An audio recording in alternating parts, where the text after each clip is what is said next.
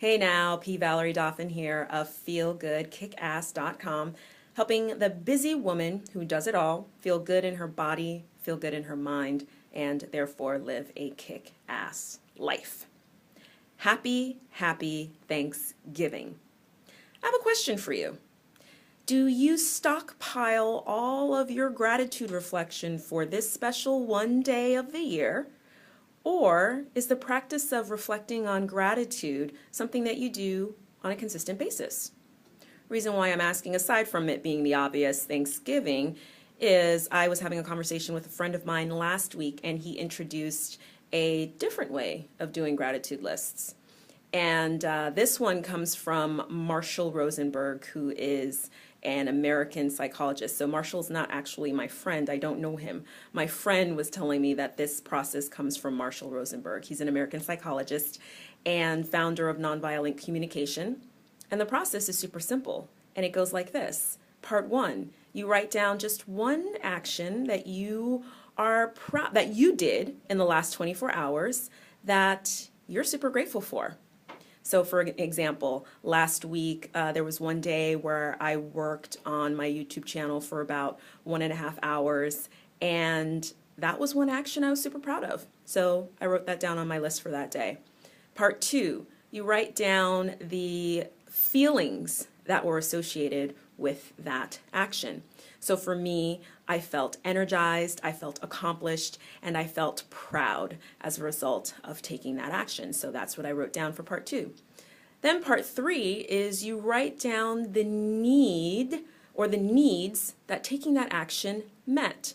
For instance, if you Google Abraham Maslow, he was a psychologist, and he created these hierarchy of needs. This is just one example. You can just type down on Google different, I don't know, needs and see what comes up. But here's the example of Abraham Maslow and how it relates to that YouTube example that I'm talking about here.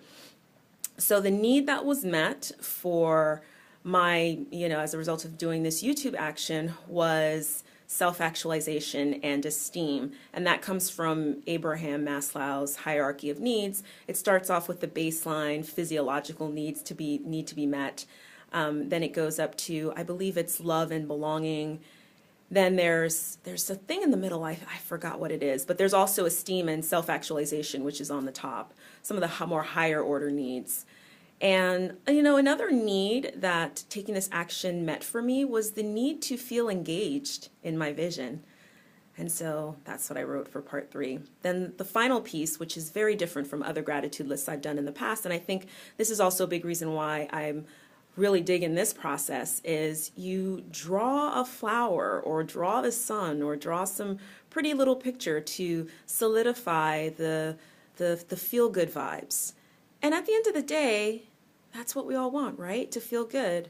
So the more that we can cultivate opportunities to feel good, which is also a reason why I believe that we're taught to or encouraged to do gratitude lists, is so that we're focusing on what's going well, because what we appreciate appreciates, right?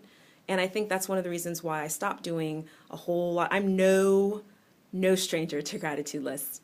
And I think one of the reasons why I stopped doing various gratitude lists in the past is because I was just writing a list, but I wasn't really connecting to the feelings, and it just got stale. But this one is reinvigorating, and it is also super simple. I just have to write one action.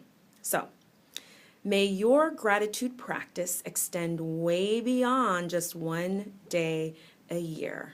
I'm super grateful that you are part of my community, and I'm super grateful to be part of yours.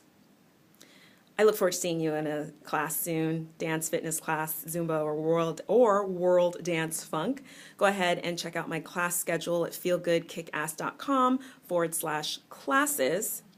And until we meet again, feel good and kick some major ass. Take care.